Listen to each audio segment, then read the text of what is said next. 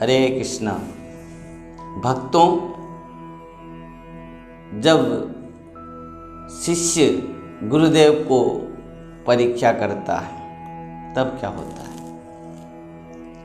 हमने इस बात को जानते थे, जो शास्त्र में सिद्धांत दिया गया है कि गुरुदेव शिष्य को बहुत परीक्षा लेकर उसको अपना पास रखता है, उसको मंत्र देता है, उसको दीक्षा देता है और पहले शिष्य को गुरुदेव परीक्षा करते हैं। परंतु कदाचित यदि शिष्य गुरु का परीक्षा लेता है, जो नालायक शिष्य होते हैं, जिसके अंदर में विश्वास नहीं होता है गुरु और वैष्णव के प्रति, इस प्रकार नालायक शिष्य यदि गुरु का परीक्षा लेता है तो गुरु निश्चित भाव से उसको किस प्रकार उसका मन भाव को परिवर्तन कराते हुए उसको सही मार्ग में लाते हैं। क्योंकि गुरु क्या है? गुरु कृपा के सिंधु हैं, कृपा सागर हैं, सबके ऊपर कृपा करते हैं। किसी भी प्रकार कैसे भी विषयासक्त जीव गुरु के शरण में आ जाए, गुरु उसको पात्रता बना के भगवान के श्री चरण में पहुंचा देते हैं। एक बार एक गुरुदेव के पास बहुत सारे शिष्य थे और गुरुदेव हर समय उनको शिक्षा देते थे, प्रवचन के माध्यम से, उपदेश के माध्यम से मार्गदर्शन कराते थे। एक बार गुरुदेव ने प्रवचन दिया, कहा है शिष्यों, हम सब इस जगत में केवल आए हैं भगवान का भजन करने के लिए। यहाँ पर केवल आहार, निद्रा, भय और मैथुन करते हुए केवल इस विषय भोग के लिए हम इस मनुष्य शरीर को प्राप्त नहीं किया है।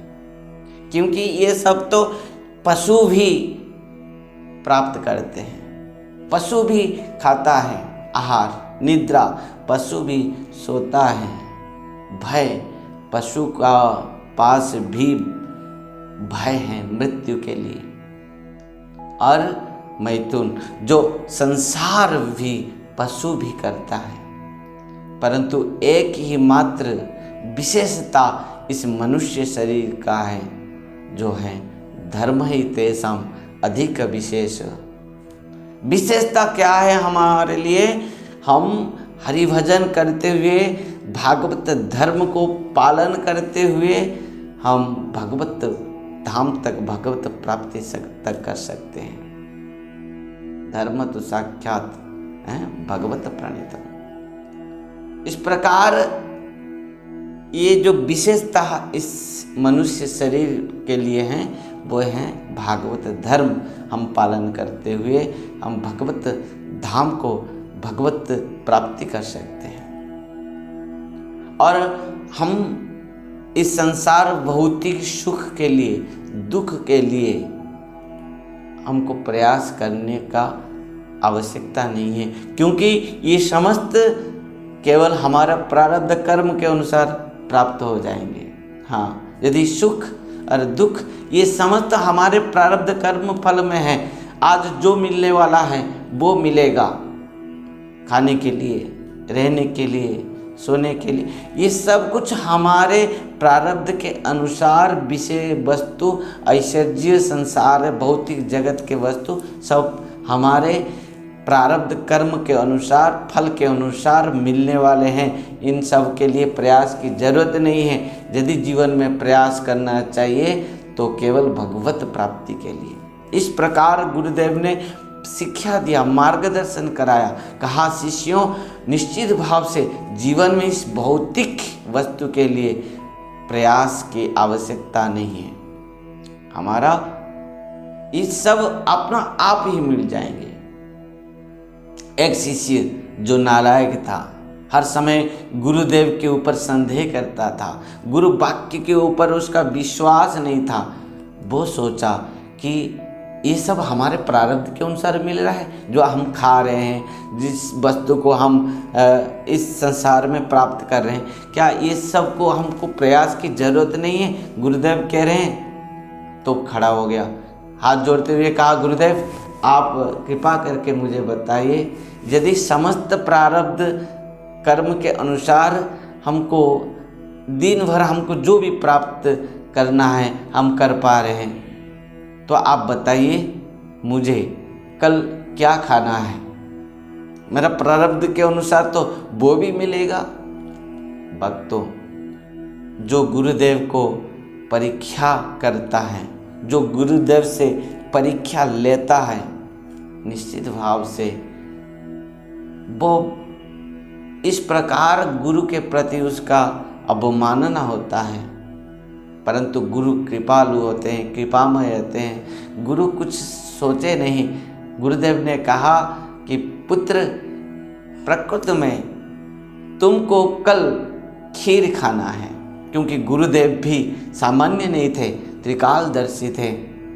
शिष्य ने सोचा, मैं यदि आश्रम में रहूँगा तब आश्रम में खीर बनेगा और यहाँ पर मैं खीर खाऊंगा। प्रातः होने से पहले वो शिष्य आश्रम त्याग करके घोर वन में जंगल में चला गया। ध्यान देना, वो जंगल के एक के बट वृक्ष के ऊपर चढ़ गया और वो बट वृक्ष के ऊपर जाकर सुबह से लेकर दोपहर तक वहीं पर बैठा रहा और माला झोली लेकर वहीं पर जपा कर रहा था। हरे कृष्ण कृष्ण कृष्ण हरे हरे, हरे राम राम राम हरे हरे। और क्योंकि वो दोपहर तक हो गया, उनको खीर नहीं मिला। मन ही मन सोच रहा था, विचार कर रहा था, शाम हो जाएगा और शाम को वापस जाऊंगा और गुरुदेव से कहूँगा कि आप जो कहा था कि मुझे आज खीर खाना था, मेरा प्रारब्ध कर्म के अनुसार यदि मैं कर्म नहीं करूँगा, यदि मुझे ऐसे ही मेरा प्रारब्ध के अनुसार मिल जाएगा तो आज कैसे नहीं मिला। पर ठीक दोपहर के समय कुछ तीर्थयात्री वही रास्ते पर जा रहे थे और तीर्थयात्री ने देखा कि दोपहर हो गया है, चलते चलते बहुत थक गए थे वो लोग। देखे बहुत सुंदर बट वृक्ष हैं, छाए भी हैं और पास में जल भी हैं, झरना भी हैं, और सोचें कि यहीं पर आज विश्राम लेंगे थोड़ा धूप में। और सब वहीं पर विश्राम लिया, जाकर झरना में स्नान किया और उनको बहुत भूख लगा तो उन्होंने वो बट वृक्ष के नीचे ही क्या किए, खाने के लिए भोग प्रसाद बनाने लगे।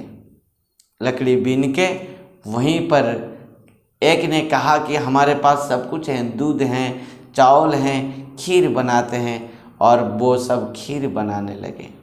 उसी समय क्या हुआ, कुछ दस्युओं ने वहाँ पर आक्रमण किया और दस्यु लोग जब आक्रमण किया, वो लोग सब कुछ धन संपत्ति वो खीर सब त्याग करके भाग गए और दस्यु ने आकर उनके पास जितना धन था सब लूट कर वो भी भाग गए।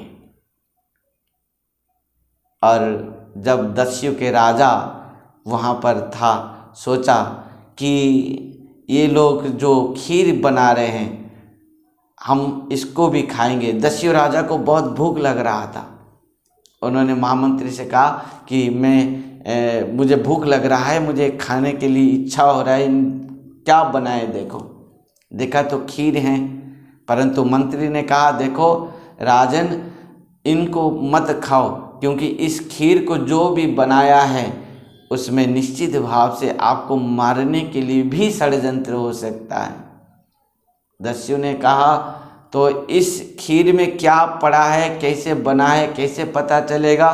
देखो इन लोगों जो बनाए हैं वो सब कहाँ भाग कर गए, तो सब ढूंढने लगे। एक ने देखा कि पेड़ के ऊपर ये भजन कर रहा है बैठ के।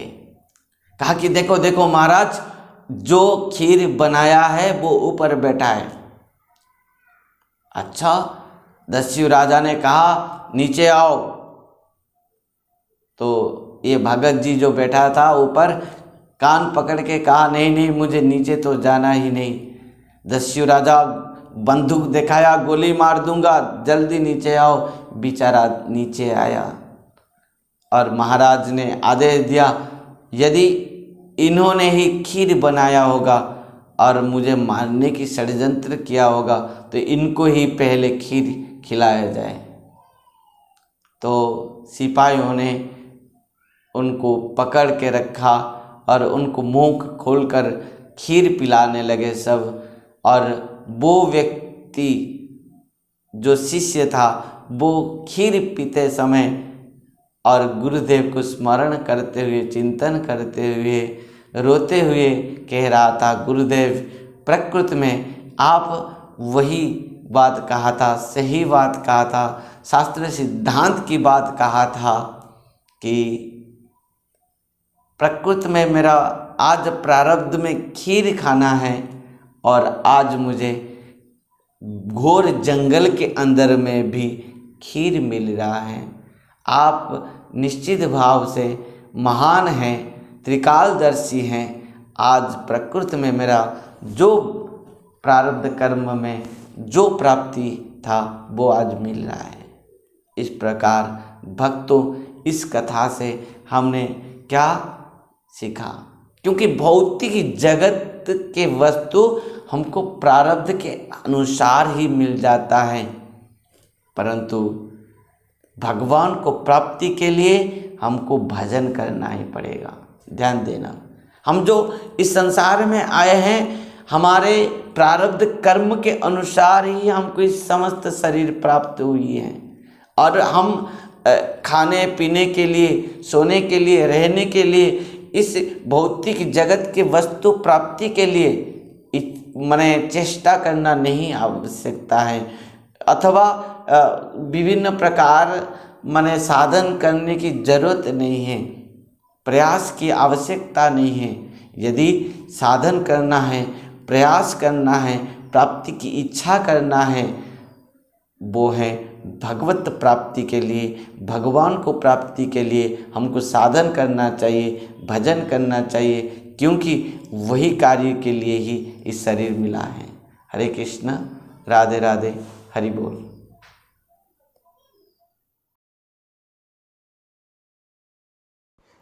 सब्सक्राइब कीजिए श्रील भक्ति संबंध भिक्षु महाराज यूट्यूब चैनल को और साथ ही साथ दबाइए इस बेल की आइकॉन को ताकि आपको मिल सके हमारे लेटेस्ट अपडेट सबसे पहले।